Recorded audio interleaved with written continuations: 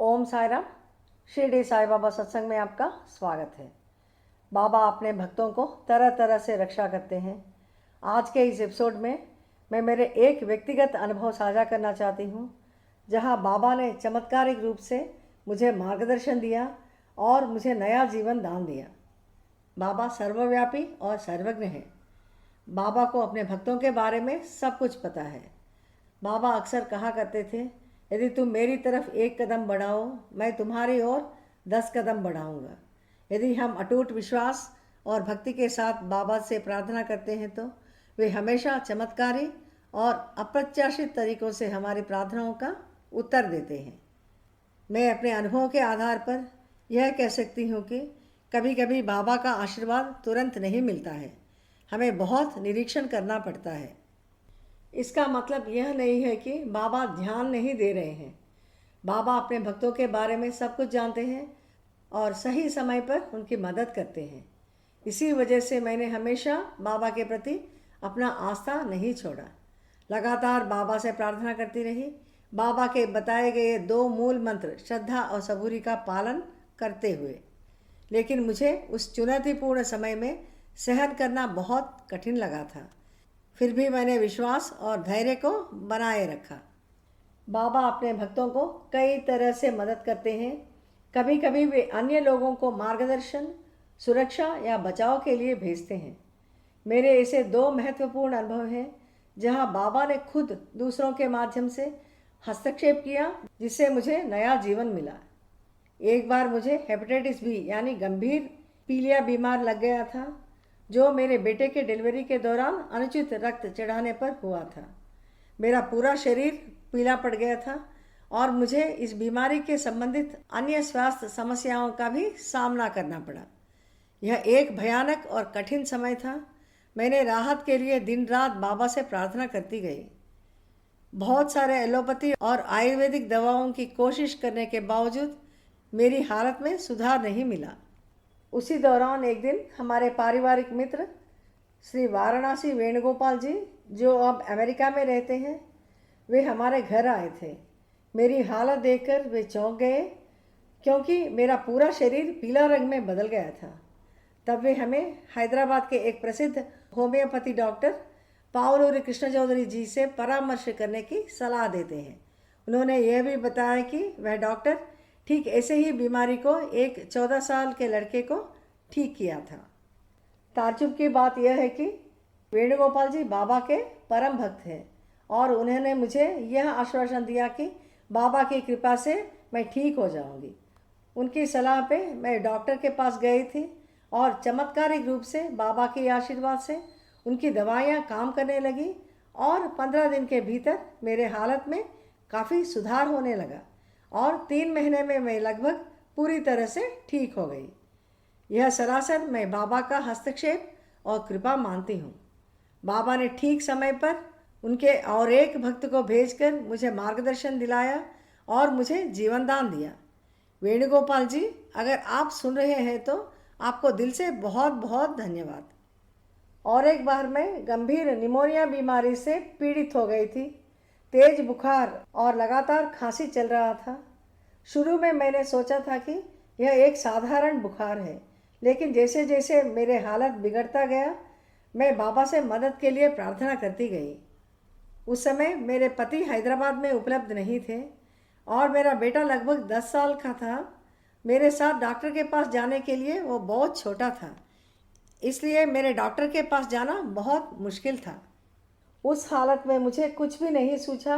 मैं सोचती गई और बाबा से प्रार्थना करती गई।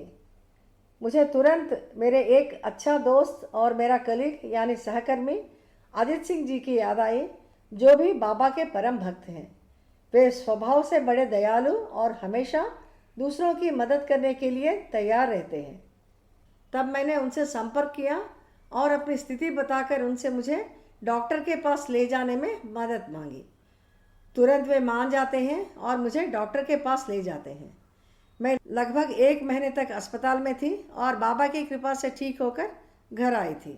मैं यहाँ भी पूरी तरह से यह बाबा का ही चमत्कार मानती हूँ, जहाँ बाबा ने उनके एक और भक्त श्री अजित सिंह जी को मेरी सहायता करने के लिए भेजा था। सही समय पर बाबा अजय सिंह जी को मेरे मदद के लिए भेजकर मुझे खतरनाक बीमारी से बचाया और एक बार बाबा ने मुझे जीवन दान दिया।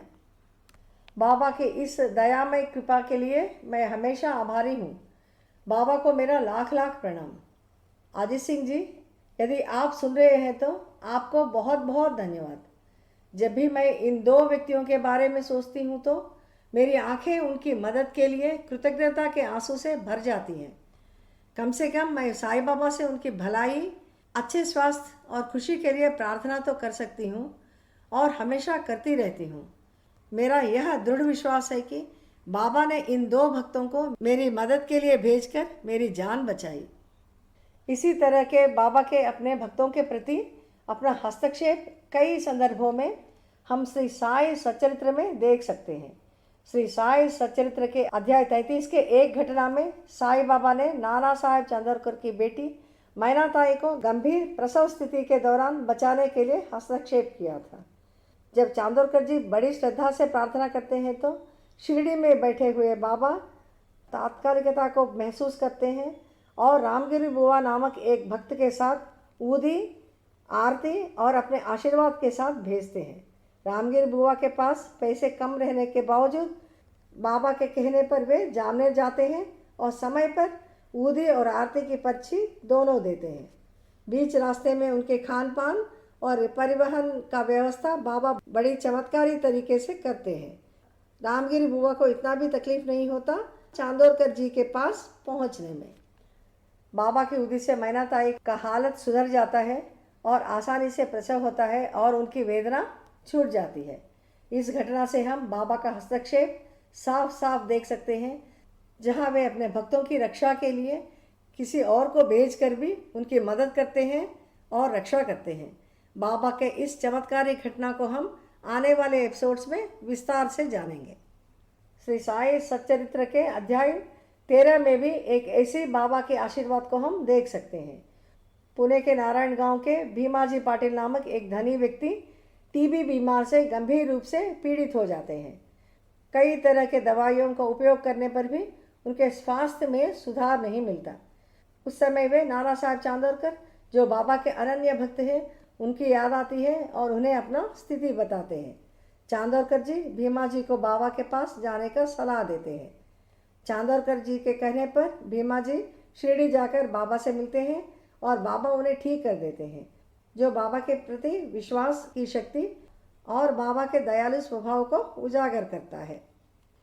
यहाँ भी हम यह देख सकते हैं कि ठीक समय पर भीमा जी को बाबा के भक्त चांदोरकर जी का याद आता है और उनके कहने पर वे बाबा के पास जाते हैं, बाबा का आशीर्वाद से ठीक हो जाते हैं। यह सब बाबा का ही हस्तक्षेप है।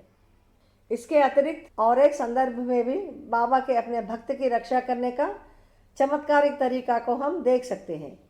जब एक बार नाना साहब चांदोरकर जी अपने ड्यूटी के दौरान एक पहाड़ी क्षेत्र में जाते हैं, तब उन्हें अत्यधिक प्यास लगता है। वे प्यास सह नहीं पाते, जोर जोर से चिल्लाते हैं पानी के लिए। कहीं भी पीने के लिए उन्हें पानी नहीं मिलता। तब वे बाबा को याद करते हैं।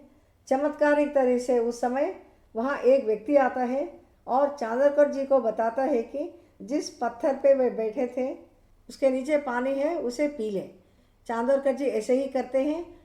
वहाँ उस पत्थर के नीचे देखने पर उन्हें पानी मिलता है और पीकर अपना प्यास बुझाते हैं। चांदोरकर जी को यह विश्वास हो जाता है कि यह बाबा का ही चमत्कार है। यह बात बाबा को बताने पर बाबा कहते हैं कि वे हमेशा अपने भक्तों की रक्षा करने के लिए जहाँ भी उनका ज़रूरी होता है वहाँ पे वे रहते हैं और अपने भक्तों की रक्षा करते हैं। श्री साई सच्चरित्र में वर्णित इन घटनाओं से हमें यह पता चलता है कि बाबा जब सशरीर में थे वे अपने भक्तों की रक्षा कैसे करते थे, वैसे ही अभी भी कर रहे हैं।